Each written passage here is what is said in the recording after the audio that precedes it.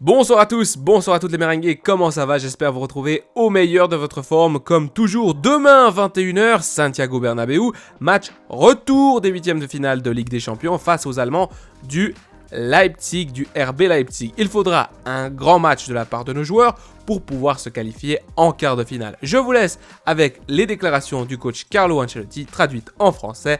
Let's go!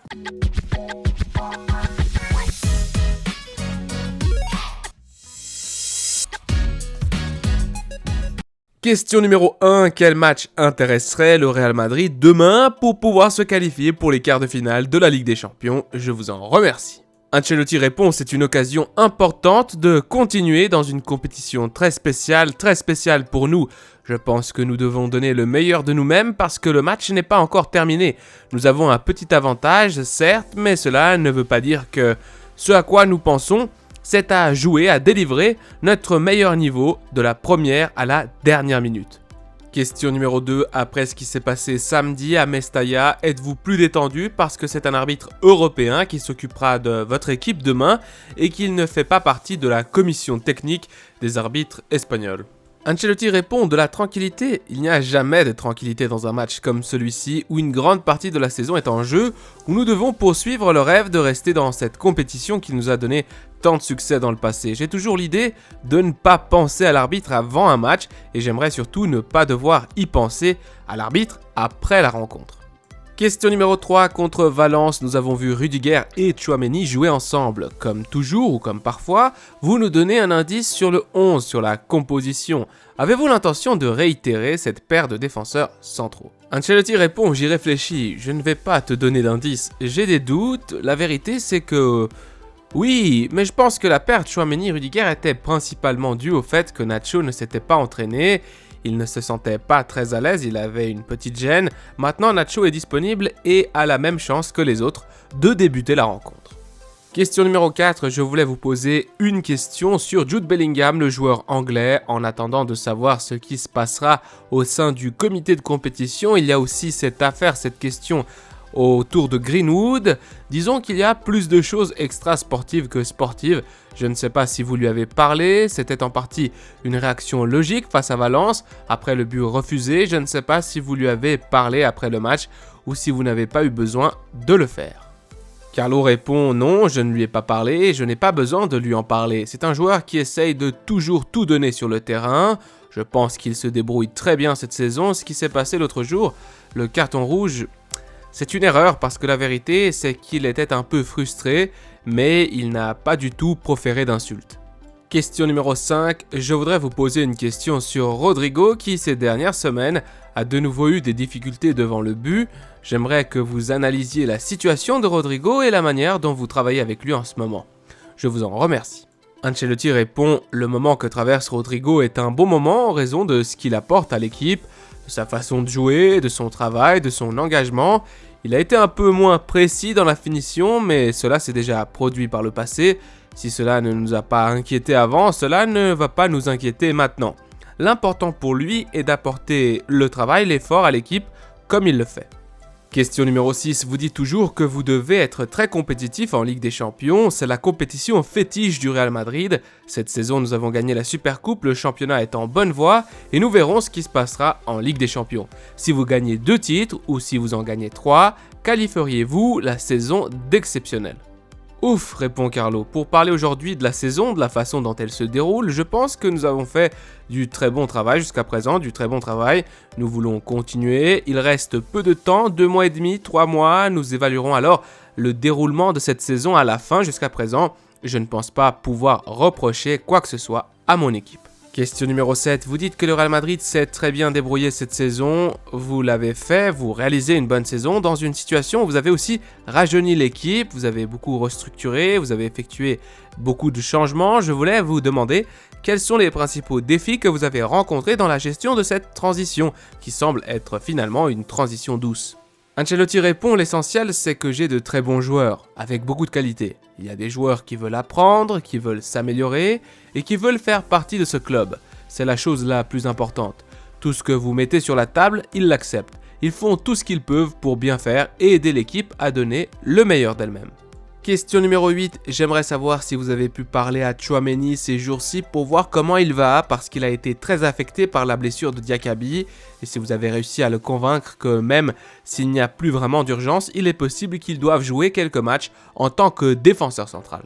Carlo Ancelotti répond, je pense que nous avons tous été très proches de Mukhtar Diakaby, nous lui avons parlé, il lui a parlé, je lui ai parlé, je pense que nous sommes vraiment désolés de ce qui s'est passé. Lui et nous sommes convaincus qu'avec de la patience, il reviendra. Ce qui s'est passé est malheureusement arrivé, les blessures dans le football sont assez courantes. Nous avons été proches de lui, nous l'avons écouté avec confiance, avec envie, je pense donc qu'il va bien revenir. Nous lui souhaitons évidemment tout le meilleur. Question numéro 9, après le match au Mestalla à Valence que vous avez commenté tout à l'heure et la dernière action de jeu sur laquelle plusieurs de mes collègues vous ont déjà interrogé, j'aimerais savoir si vous seriez favorable à des temps morts dans le football, dans le sens à un temps de jeu effectif avec le chrono qui s'arrête, afin qu'il y ait moins de doutes sur ces situations dans le jeu. Je vous en remercie. Ancelotti répond, je pense que le temps effectif sera l'une des règles que l'on va bientôt introduire parce que je pense que c'est nécessaire, non seulement à cause de ce qui s'est passé samedi, mais aussi parce que dans le temps additionnel, le temps de récupération, ce n'est pas encore très clair, c'est assez compliqué et je pense que le temps effectif avec le chrono qui s'arrête pourrait être une solution. Question numéro 10, la VAR a été introduite pour améliorer le football. Vous et tous les entraîneurs, avec toute cette pression, vous devez parler avant et après les matchs. Est-ce que vous aimeriez que les arbitres, dans des situations comme celle de samedi dernier à Mestalla, puissent s'expliquer et s'exprimer ? Ancelotti répond en souriant, je ne sais vraiment pas ce qui est le mieux ou le pire, je ne veux pas m'étendre sur ce sujet, je ne sais pas si c'est bon pour les arbitres de parler, d'expliquer, c'est très difficile de dire ce qui est le mieux. Je pense qu'il y a des gens mieux placés que moi pour dire ce qui convient le mieux pour eux. Question numéro 11, pour revenir au premier tour, y a-t-il quelque chose dont vous avez parlé, quelque chose que vous voulez améliorer sur le plan tactique, quelque chose que vous n'avez pas aimé au match aller et que vous voulez améliorer pour ce match retour de demain? Ancelotti répond, le premier match a été difficile pour nous, ils ont eu plein d'opportunités, Lunin a très bien joué, nous pouvons nous améliorer, nous avons été dangereux en transition, demain le match sera certainement un peu différent, je le pense, ils pourront jouer davantage en transition plus que nous, alors nous devrons bien gérer cela, ils sont très dangereux devant, bien gérer défensivement sera vraiment important pour demain. Question numéro 12, je voulais réinsister sur le match de demain. Après le danger que Leipzig a représenté au match aller, le Real Madrid a gagné 0-1, mais son adversaire a eu beaucoup d'occasions avec 9 arrêts de Lunin. Je ne sais pas si vous avez prévenu votre équipe qu'elle ne devait pas être si confiante demain malgré le résultat du match aller. Ancelotti répond oui, nous le savons, nous avons évalué le match aller, les bonnes choses, les choses que nous devons améliorer. Je pense que nous sommes prêts et que nous pouvons montrer ces améliorations. Nous avons souffert sur le plan défensif, c'est là que nous devons nous améliorer. C'est une équipe très dangereuse dans les transitions, ils ont des attaquants très rapides. Rudiger sera de retour et il nous aidera à cet égard, mais à part cela, le match doit être complet. Seul un match complet pourra nous permettre de remporter cette rencontre. Question numéro 13 et avant-dernière question de cette conférence de presse, vous avez parlé de la saison. Moi, je voulais avoir de vos nouvelles. Vous avez renouvelé votre contrat. Il y a quelques années, on parlait de retraite, mais maintenant, vous avez 2 ans de plus. Je voudrais savoir si l'entraîneur, si Carlo Ancelotti, s'il prend du plaisir, s'il pense à l'avenir, comment se passe l'année 2024 pour Carlo Ancelotti en tant qu'entraîneur et en tant que personne. Ancelotti répond, eh bien, que puis-je te dire? Ce serait une discussion très longue, je ne sais pas si... Mon travail, c'est un travail que j'aime, je l'aime beaucoup, surtout ici au Real Madrid parce que je pense que le Real Madrid est le meilleur club pour faire ce genre de travail. Mais mon travail en général est, comment je peux vous le dire? Il y a plus de souffrance ou plus de bonheur? C'est plus de souffrance parce qu'il y a beaucoup de situations que vous devez gérer. Il n'y a pas que la victoire qui peut vous rendre heureux, parce que même dans la victoire, il y a autour de vous des gens qui ne sont pas forcément très heureux. Il peut s'agir d'un joueur qui ne joue pas, et tout cela affecte votre propre bonheur. La souffrance n'appartient qu'à vous, vous ne pouvez pas. Le bonheur, vous pouvez le partager avec les autres. La souffrance, vous ne pouvez pas partager la souffrance avec les autres. La souffrance n'appartient qu'à vous. Donc, c'est vrai que je me débrouille très bien parce que je suis dans la meilleure équipe du monde pour faire ce travail. Mais c'est vrai qu'il y a plus de souffrance que de bonheur. Question numéro 14 et dernière question de cette conférence de presse, une question d'ailleurs qui a beaucoup énervé Carlo Ancelotti.